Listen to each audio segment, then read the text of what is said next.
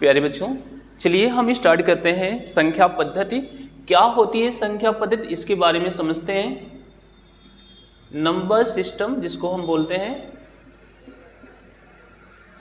संख्या पद्धति, तो समझते हैं संख्या पद्धति क्या होती है।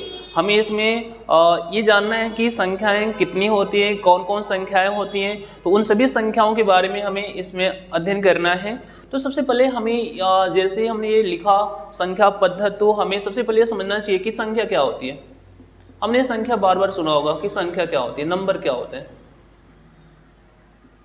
संख्या क्या होती है। तो संख्याएं क्या होती है, तो हमको पढ़ाया गया है ना कि देखो हमने शुरू से ही कुछ ऐसे संकेत पढ़ा हुआ है, जैसे यहाँ पर ऐसे हमने लिखा हुआ है, ये कुछ संकेत हैं, ये कुछ संकेत हैं जो हमको छोटे से ही पढ़ाया गया है। एलकेजी से यूकेजी से जो हम लोग पढ़ते हैं ना, शुरू से हमें पढ़ाया गया है कि इस तरह की जो संकेत होता है ना, इसको हम जीरो बोलते हैं, शून्य कहते हैं। इस तरह का जो संकेत होता है ना, इसे हम 1 कहते हैं। इस तरह का जो संकेत होता है ना, इसे हम 2 कहते हैं, इसको हम 3 बोलते हैं, इसको 4 बोलते हैं, इसको 5, 6, 7, 8, 9, ऐसे हम लोगों को पढ़ाया गया है। ये जो संकेत है ना, इन संकेतों को हम क्या बोलते हैं, संख्या कहते हैं। या कह सकते हैं ये जो संकेत है ना, इन संकेतों को हम अंक भी कहते हैं।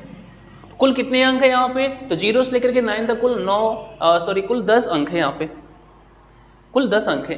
ये जो अंक है ना, इन्हीं को क्या बोलते हैं, संख्या कहते हैं। और जितनी बड़ी से बड़ी संख्याएं होती हैं, वे सभी संख्याएं इन्हीं अंकों से मिलकर बनी होती हैं। ठीक है, तो संख्या पद्धति में हमें सबसे पहले समझना था कि संख्या क्या होती है। तो ऐसे गणितीय संकेत जिनका उपयोग गिनने अथवा मापने में किया जाता है, उसे हम क्या कहते हैं, संख्या कहते हैं। बात समझ में आ रही है। तो ऐसे गणितीय संकेत या वे संकेत जिनका उपयोग हम गिनने में अथवा मापने में करते हैं, उसे क्या कहते हैं, संख्या कहते हैं। तो यहाँ पे जो भी संकेत लिखा हुआ है ना, ये सभी संकेतों का प्रयोग हम गिनने में करते हैं, मापने में करते हैं, इत्यादि बहुत सारी चीज़ों में हम लोग इसका उपयोग करते हैं। तो ये जो संकेत, इसको हम क्या बोलेंगे, संख्या कहते हैं। ठीक है, अब यहाँ पे हमें ये समझना है कि तो संख्या पद्धति क्या है। तो संख्या तो हमने पढ़ लिया, अब बात करेंगे संख्या पद्धति क्या है। तो संख्या पद्धति हमको अगला जो समझना है कि संख्या पद्धति, बिल्कुल हम सिस्टमेटिक बात करेंगे, एक एक जो हमारा जो शब्द है ना, हम उसको क्लियर करेंगे। हमने संख्या पढ़ लिया, अब बात करते हैं जो संख्या पद्धति जो टॉपिक है वो क्या है। तो ये जो संख्याएं हैं ना, हमने तरह तरह की संख्याओं के बारे में अभी आगे हम पढ़ेंगे कि संख्याएं क्या होती हैं, कितने प्रकार की होती हैं, संख्याएं क्या होती हैं, उन्हें पढ़ लिया। संख्याएं कौन कौन होती हैं, तो जो संख्याएं होती हैं, संख्याओं को लिखने का जो तरीका होता है उसे क्या बोलते हैं, संख्या पद्धति कहते हैं। तो संख्याओं को लिखने अथवा उनके नामकरण की जो प्रक्रिया है, उस प्रक्रिया को ही क्या बोलते हैं, संख्या पद्धति कहते हैं। ठीक है, तो हमें यहाँ पे ये समझना है कि संख्या पद्धति क्या है। तो संख्याओं को लिखने तथा उनके नामकरण की जो प्रक्रिया है, उसे हम संख्या पद्धति कहते हैं। संख्या पद्धति में हम विभिन्न प्रकार की संख्याओं का अध्ययन करते हैं, अर्थात ये कह सकते हैं संख्या पद्धति में हम 0 से लेकर के अनंत तक की संख्याओं का अध्ययन करते हैं। ठीक है, और हमें ये संख्या पद्धति में जितनी भी संख्याएं हैं, इन सभी संख्याओं का अध्ययन हमें पता होना चाहिए, सभी संख्याओं के बारे में जानकारी होना चाहिए। अगर हमें गणित अपनी अच्छा करना है, तो हमें उसके लिए हमको संख्या पद्धति को अच्छा करना होगा। अगर हमें संख्या पद्धति नहीं पता होगा, संख्याएं कौन होती हैं, कैसी होती हैं, अगर यही नहीं पता है, तो फिर हम संख्या पद्धति अगर नहीं समझेंगे तो हमें गणित में कुछ भी पल्ले नहीं पड़ेगा और हमारा गणित फिर क्या होगा, कमजोर हो जाएगा। इसलिए गणित को अगर अच्छा करना है, तो उसके लिए हमको संख्या पद्धति को अच्छा करना ही पड़ेगा। चलिए ठीक है, तो हम इसे मिटाता हूँ, फिर बात करते हैं जो संख्याएं होती हैं, वे संख्याएं मुख्यतः कितने प्रकार की होती हैं। ठीक है, तो हम बात करते हैं, मैं इसे भी मिटा देता हूं।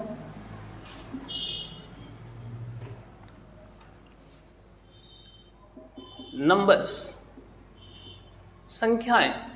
तो जो संख्याएं होती है ना, ये संख्याएं मुख्यतः 2 प्रकार की होती हैं।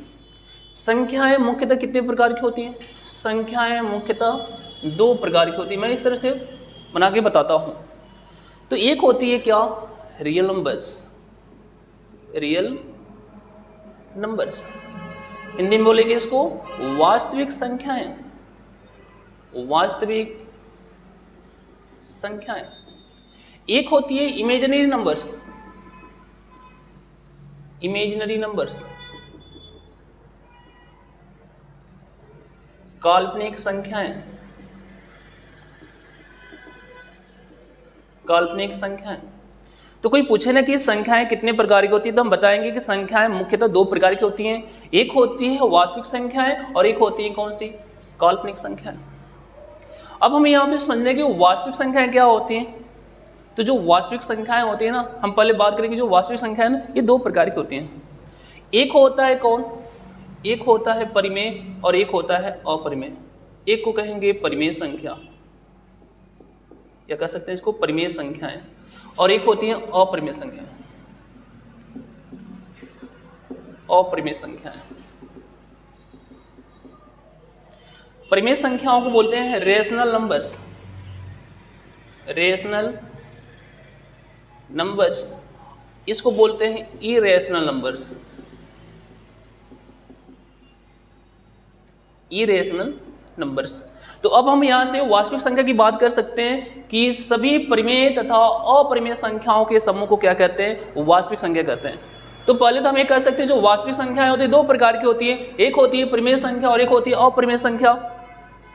अब हम ये भी आगे पढ़ेंगे कि परिमेय और अपरिमेय क्या होती है फिलहाल, लेकिन हम ये कह सकते हैं कि जो वास्तविक संख्याएं होती है मुख्यतः दो प्रकार की होती हैं, एक होती है परिमेय, एक होती है अपरिमेय। लेकिन अगर कोई डिफिनेशन की बात करेगा तो हम कह सकते हैं कि सभी परिमेय और अपरिमेय संख्याओं का समूह क्या कहलाता है, वास्तविक संख्या कहलाता है।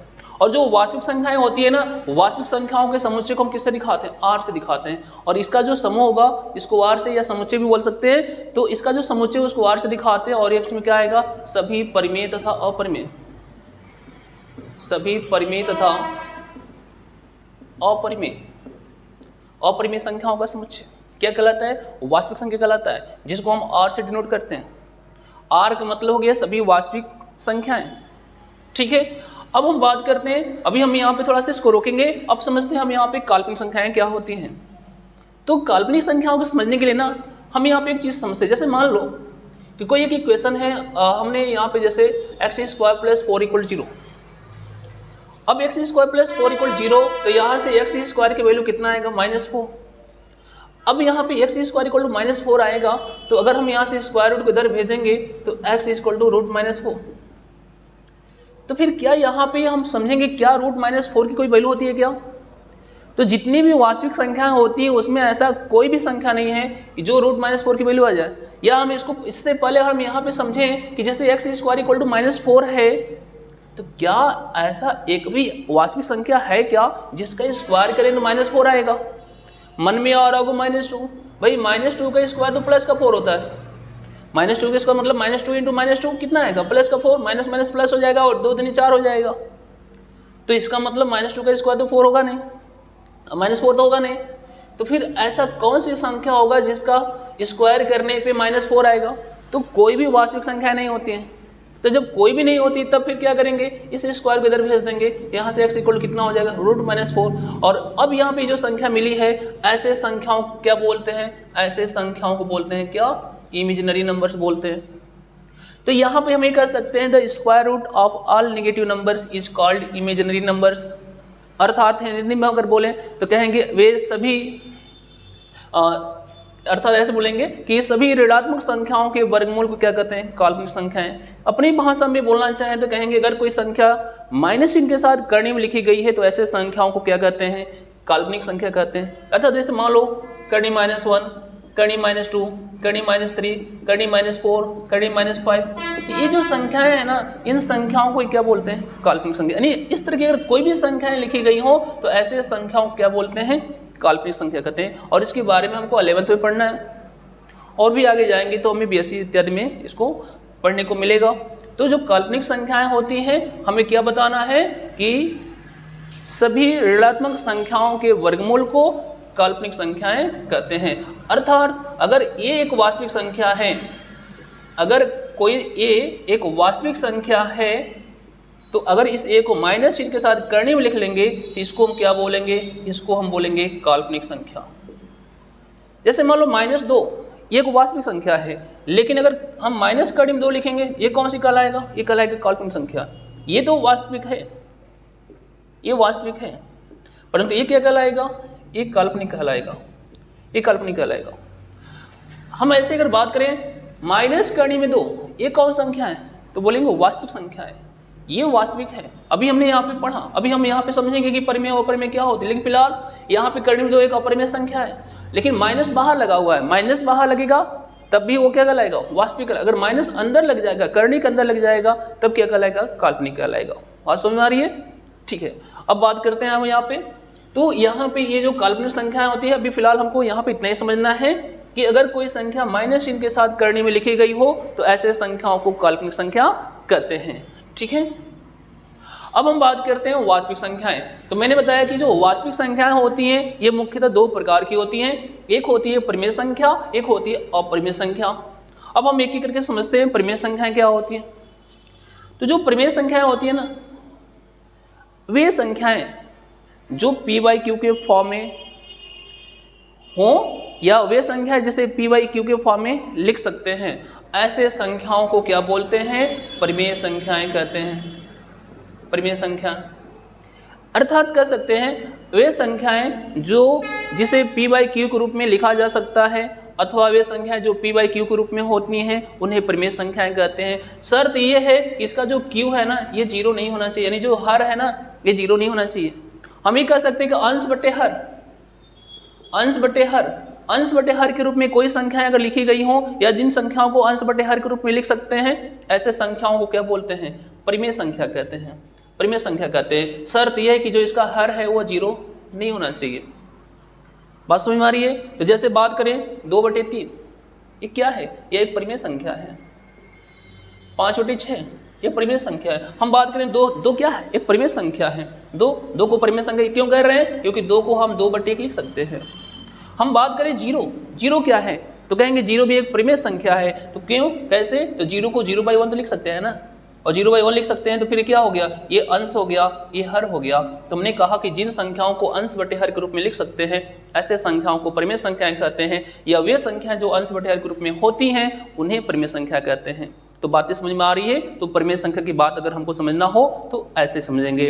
जो परिमेय संख्याओं का समुच्चय होता है ना, उसे हम किससे दिखाते हैं, परिमेय संख्याओं के समुच्चय को Q से दिखाते हैं। किससे दिखाते हैं, Q से दिखाते हैं, Q, कैपिटल Q से दिखाते हैं। ठीक है, तो हमें यहाँ पे परिमेय संख्या की बात कर लिया। अब बात करेंगे अपरिमेय संख्याएं। तो अब यहाँ पे हम इसका देखो, यहाँ पे नाम है ना अपरिमेय संख्या। अ मतलब नहीं, अपरिमेय संख्या यानी जो परिमेय संख्या नहीं हो उसे क्या कहते हैं, अपरिमेय संख्याएं। यानी हम ये कह सकते हैं कि वे संख्याएं जिसको हम p/q के फॉर्म में नहीं लिख सकते, तो जिन संख्याओं को p/q के फॉर्म में नहीं लिख सकते उसे क्या कहेंगे, अपरिमेय संख्या कहेंगे। तो जैसे बात करें कड़ी में 2, कड़ी में 3, कड़ी में 4, अपरिमेय संख्या है नहीं, ये तो कड़ी में 4 की वैल्यू क्या हो जाएगा, 2 आएगा, इसलिए क्या होगा, परिमेय हो जाएगा। कड़ी में 5, कड़ी में 6, कड़ी में 7 इत्यादि। अर्थात ये कह सकते हैं वह संख्याएं जिसका पूरा पूरा वर्गमूल नहीं निकाला जा सकता, तो ऐसे संख्याओं को क्या बोलते हैं, अपरिमेय संख्याएं कहते हैं। बातें समझ में आ रही है?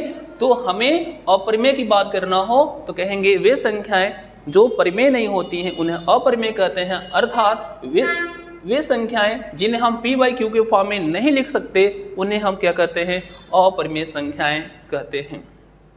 एक चीज और यहाँ पे समझना है कि जो परिमेय संख्याएं होती हैं, बात करें थोड़ा सा परिमेय संख्या में, तो और एक चीज क्लियर करते हैं कि जो p और q है यहाँ पे, ये दोनों हमारा क्या होना चाहिए, सह अभाज्य होना चाहिए। अभी आगे हम भी इसके बारे में बात करेंगे, फिलहाल जितना बताया उतना ठीक है।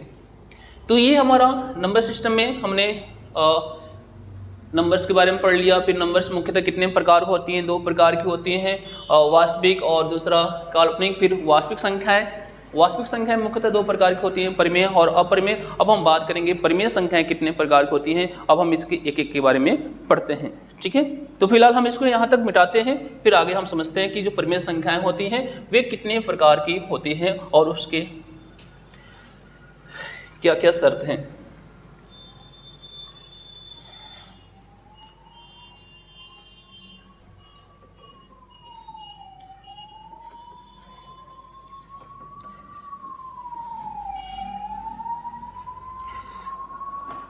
चलिए, तो हम बात करते हैं परिमेय संख्या की।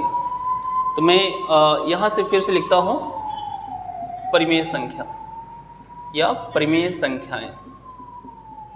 परिमेय संख्याएं, रेशनल नंबर्स, परिमेय संख्याएं, तो हमने परिमेय संख्या के बारे में पढ़ लिया है। हमें पढ़ना है कि परिमेय संख्याएं कितने प्रकार की होती हैं, कौन कौन होती हैं। तो परिमेय संख्या की बात करें तो सबसे पहला जो आएगा जिसको हम बोलते हैं प्राकृत संख्या, ये इसी को प्राकृतिक संख्या भी बोलते हैं। नेचुरल नंबर्स,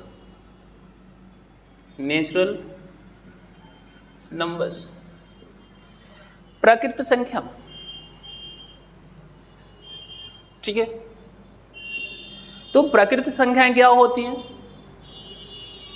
वे संख्याएं जिनका उपयोग हम गिनने में करते हैं उन्हें हम प्राकृतिक संख्याएं कहते हैं। गिनने में जिन संख्याओं का प्रयोग किया जाता है उन्हें क्या कहते हैं? प्राकृतिक संख्याएं कहते हैं। तो गिनने में हम प्रयोग क्या करते हैं? 1 2 3 4 5 एक्सेट्रा। अर्थात हम अगर काउंटिंग करना हो तो हम कहाँ से स्टार्ट करते हैं? 1 से स्टार्ट करते हैं। और 1 से लेकर कहाँ तक कर सकते हैं? तो बोलेंगे अनंत तक कर सकते हैं। तो ये 1 से लेकर अनंत तक की जो संख्याएं हैं इन्हें क्या बोलते हैं? प्राकृतिक संख्याएं कहते हैं। प्राकृतिक संख्याओं को ये क्या बोलते हैं? इसी को हम बोलते हैं धनात्मक संख्याएं। धनात्मक संख्याएं भी बोलते हैं इनको। Positive numbers. तो जो प्राकृतिक संख्याएं हैं इन्हीं को ही धनात्मक संख्याएं भी कहा जाता है। तो 1 से लेकर के अनंत तक की जो संख्याएं हैं, 1 से लेकर के अनंत तक की जो क्रमागत संख्याएं हैं, इन सभी संख्याओं को क्या बोलते हैं? प्राकृतिक संख्याएं कहते हैं। जो प्राकृतिक संख्याओं का समूह होता है उसको हम n से दिखाते हैं और इसको हम इस तरह से रिप्रेजेंट करते हैं, ठीक है। तो प्राकृतिक संख्याओं के समुच्चय को हम n से दिखाते हैं, अर्थात n इक्वल टू हम इस तरह से इसको रिप्रेजेंट कर देते हैं, ठीक है। तो हमने यहाँ पे समझ लिया कि गिनती में प्रयोग की जाने वाली संख्याओं को प्राकृतिक संख्या कहते हैं, अर्थात 1 से लेकर के अनंत की जो संख्याएं हैं इसे हम क्या बोलते हैं? प्राकृतिक संख्याएं कहते हैं। इसको हम n से दिखाते हैं और प्राकृतिक संख्या को क्या बोलते हैं? धनात्मक संख्याएं भी कहते हैं, ठीक है। तो अब बात करते हैं दूसरा पूर्ण संख्याएं, जिसको हम बोलते हैं होल नंबर्स। पूर्ण संख्याएं क्या हैं? तो देखो हमने यहाँ पे जो नेचुरल नंबर लिखा हुआ है हमने 1 से लिखा हुआ है, इसमें 0 नहीं दिख रहा है। तो अगर हम इस नेचुरल नंबर में 0 को भी शामिल कर लें, यानी ये जो नेचुरल नंबर हमने 1 से लेकर के ऐसे इनफाइनाइट तक लिखा हुआ है, अगर हम इसमें 0 को भी शामिल कर लें तो ये जो संख्याएं बनेंगी, ये जो संख्याएं बनी हैं, इन संख्याओं को क्या कहेंगे? इन्हीं को कहते हैं पूर्ण संख्याएं। तो इसका हम डिफिनेशन बोल सकते हैं कि शून्य सहित सभी प्राकृतिक संख्याओं के समूह को क्या कहते हैं? पूर्ण संख्याएं कहते हैं। तो शून्य सहित सभी प्राकृतिक संख्याएं, देखो इसमें शून्य को भी शामिल कर लें और ये सब के सब प्राकृतिक संख्याएं, तो शून्य सहित सभी प्राकृतिक संख्याओं का समूह क्या कहलाती है? पूर्ण संख्याएं कहलाती हैं, ठीक है। जो पूर्ण संख्याओं का समुच्चय होता है उसे हम W से दिखाते हैं, इसको हम इस तरह से रिप्रेजेंट करते हैं, ठीक है। ये हो गई हमारी पूर्ण संख्याएं। अब बात करते हैं तीसरी कौन सी संख्या है? तो इसको बोलते हैं ऋणात्मक संख्याएं, जिसको हम निगेटिव नंबर्स बोलते हैं। निगेटिव नंबर्स, ठीक है। ऋणात्मक संख्याएं क्या होती है? हमने कहा कि ये जो प्राकृतिक संख्याएं हैं 1 से लेकर अनंत तक, इसको हम धनात्मक संख्या कहते हैं। तो ऋणात्मक संख्या क्या होंगी? ये जो प्राकृतिक संख्याएं हैं इन्हीं के आगे अगर माइनस का चिन्ह लगा देंगे तो जो संख्याएं बनेंगी उन संख्याओं को क्या बोलेंगे? ऋणात्मक संख्याएं कहते हैं। तो -1, -2, -3, -4 ऐसे कहां तक? माइनस इनफाइनाइट तक ये जो संख्याएं होंगी इनको हम क्या कहते हैं? ऋणात्मक संख्याएं कहते हैं। तो बोलेंगे कि जितनी भी धनात्मक संख्याएं हैं उनको माइनस चिन्ह के साथ अगर लिख देते हैं तो जो संख्याएं बनती हैं इन्हें हम ऋणात्मक संख्याएं कहते हैं। बात समझ में आ रही है? चलिए अब हम अगला जो बात करते हैं, अगला हमारा है पूर्णांक संख्याएं, इंटीजर नंबर्स।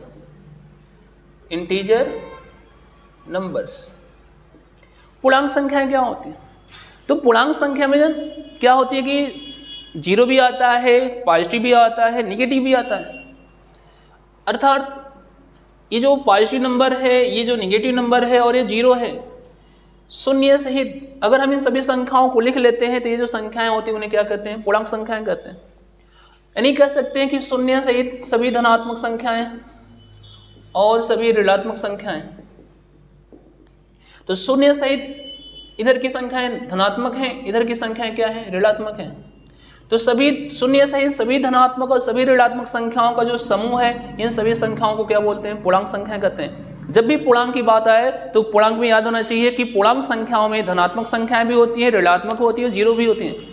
अर्थात जीरो भी पूर्णांक संख्या है, धनात्मक संख्याएं भी पूर्णांक संख्याएं होती हैं, ऋणात्मक संख्याएं भी पूर्णांक संख्याएं होती हैं।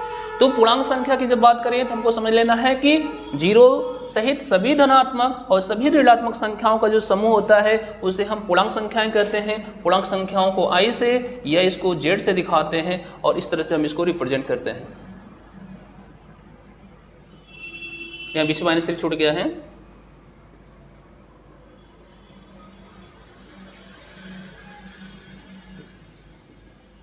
ठीक है, ऐसे हम इसको रिप्रेजेंट करते हैं। तो पूर्णांक संख्याएं हो गई। अब इसके बाद से हम बात करते हैं सम संख्याएं। तो फिर हम यहाँ तक मिटा देते हैं, फिर इसके बाद से हम एक एक करके समझते हैं। तो हम यहाँ पे प्राकृतिक पूर्ण संख्या है, ऋणात्मक संख्या, पूर्णांक संख्या हो गया। अब हम बात करते हैं सम संख्या क्या होती है। ठीक है, तो यहाँ पे जो भी संख्याएं हम पढ़ रहे हैं ये सब के सब किसके प्रकार है, तो हम कहेंगे कि परिमेय संख्या एक प्रकार है। और परिमेय संख्या किसका प्रकार है, तो बोलेंगे वास्तविक संख्या का प्रकार है। वास्तविक क्या है, तो एक संख्या है। बात समझ में आ रही है। तो हम एक एक करके यहाँ पे सिस्टमेटिक जितनी भी संख्याएं होती हैं उन संख्याओं को समझाने की कोशिश कर रहे हैं।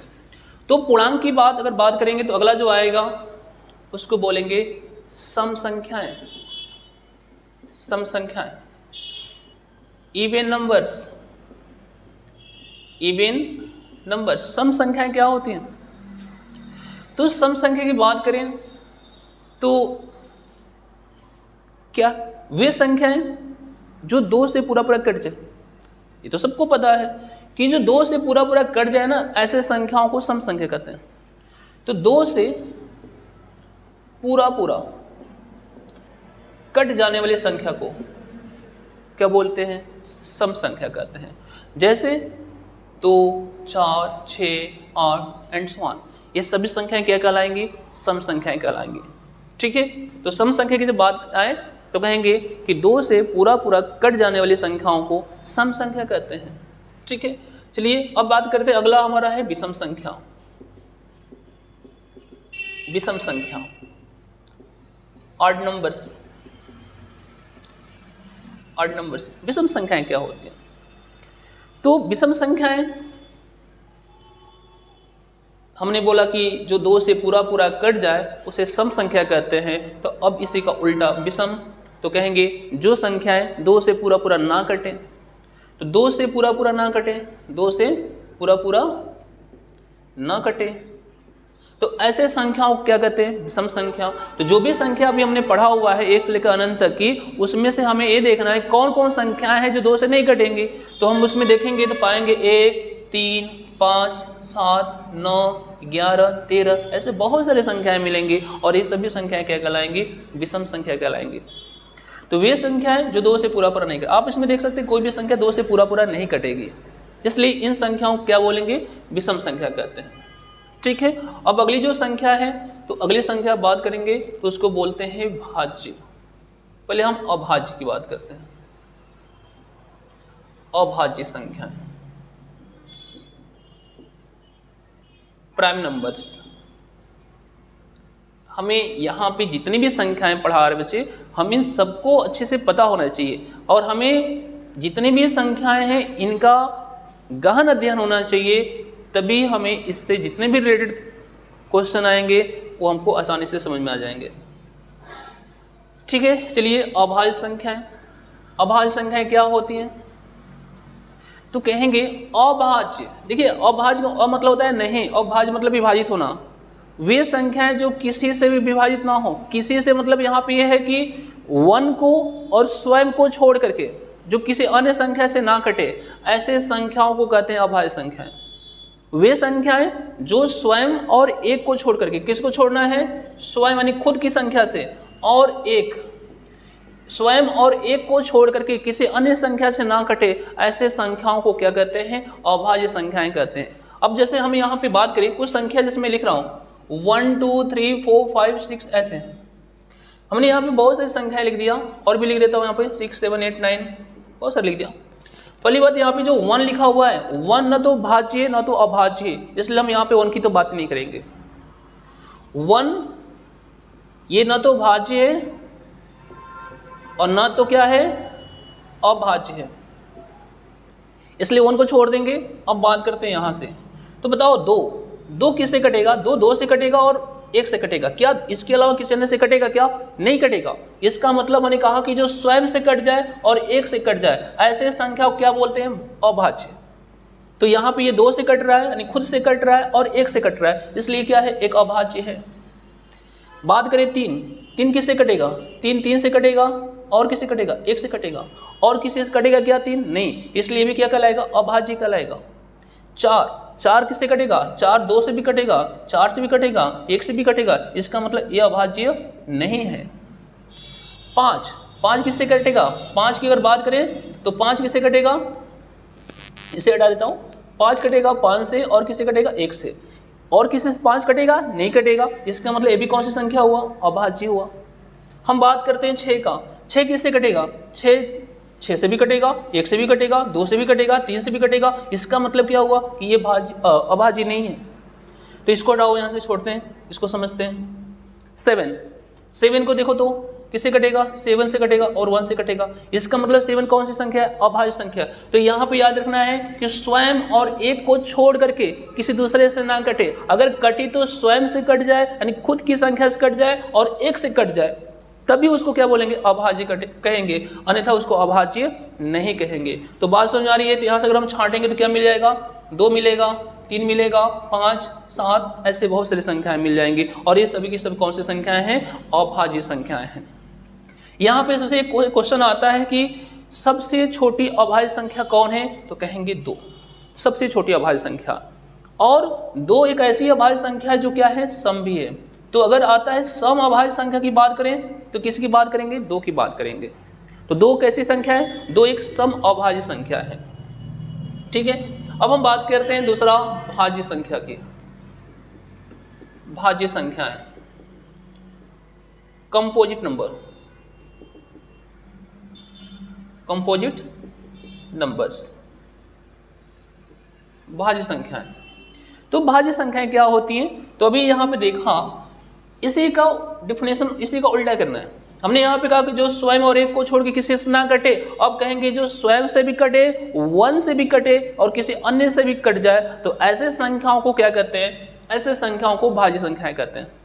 तो वे संख्याएं जो स्वयं से कटे, 1 से कटे, और किसी अन्य संख्या से भी कट जाए, तो ऐसे संख्याओं को क्या कहते हैं? ऐसे संख्याओं को भाज्य संख्या बोलते हैं। ठीक है, तो जैसे यहाँ पे जो संख्याएं लिखा गया था, तो जो अन्य से भी कट जा रही थी उसको क्या कहेंगे? भाज्य। तो एक बार मैं इसको फिर मिटा करके फिर समझते हैं, इस बात को, भाज्य को समझते हैं। जैसे मान लो हमने यहाँ पे लिख दिया 1 2 3 4 5 6 7 8 9 10, ऐसे हमने बहुत सारा लिख दिया। अब इसमें देखो, मैंने कहा 1 तो ना तो भाज्य ना तो अभाज्य, तो 1 की बात नहीं करेंगे। 2 अभी मैंने देखा कि 2 कौन सी संख्या था? यहाँ पे हमने अभाज्य लिखा था, 2 3 5 7 11 13 ऐसे, तो 2 तो अभाज्य, इसलिए इसको छोड़ो। 3 भी अभाज्य, 5 भी अभाज्य, 7 भी अभाज्य, आगे भी आएगा 11 भी अभाज्य। यानी जो अभाज्य संख्याएं हैं इनको छोड़ दो तो कौन कौन बचा? 4 बच गया, 6 बच गया, 8 बच गया, अभी यहाँ 9 आएगा।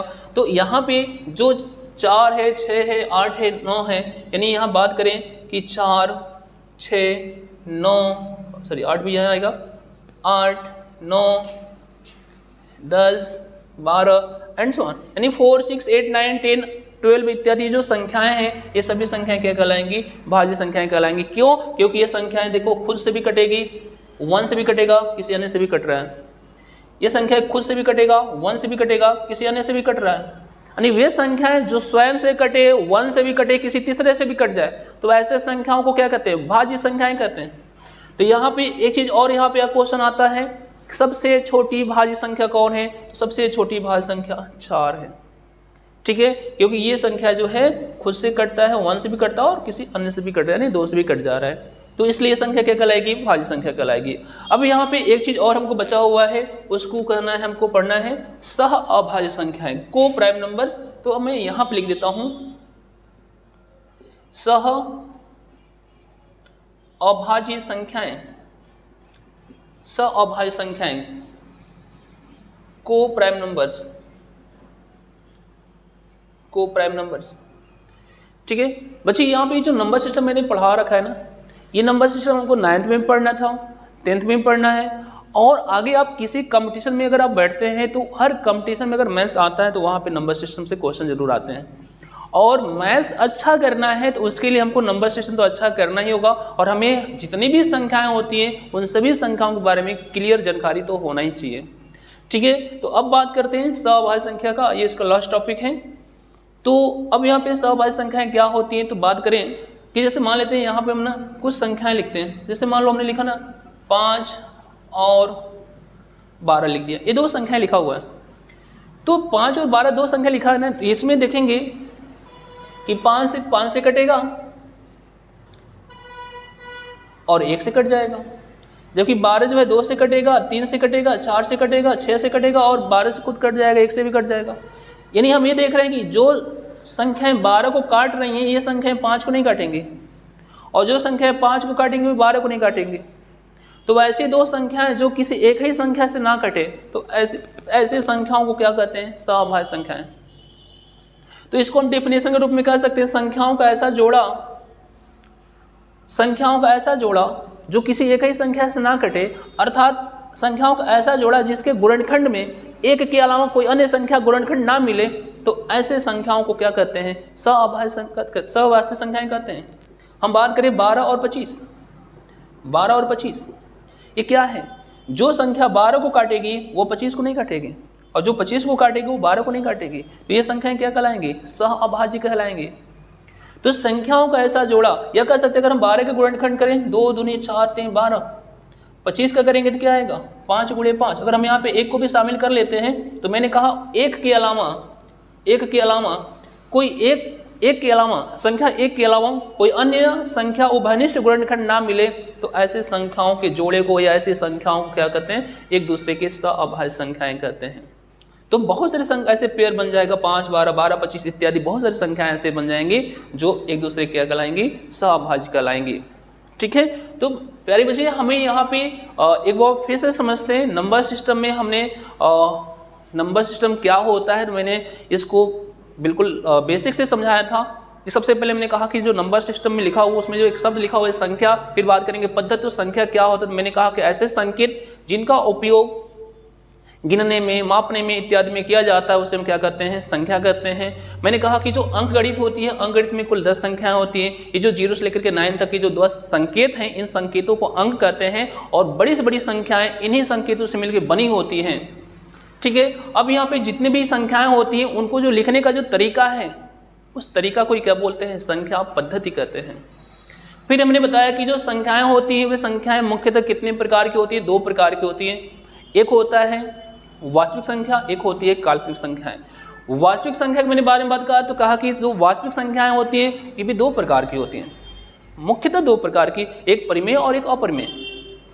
और अगर कोई वास्तविक संख्या की डिफिनेशन की बात करें तो कहेंगे सभी परिमेय और अपरिमेय संख्याओं के समूह को क्या कहते हैं, वास्तविक संख्या कहते हैं। ठीक है, तो हमने फिर आगे परिमेय और अपरिमेय को अलग अलग से समझाया था।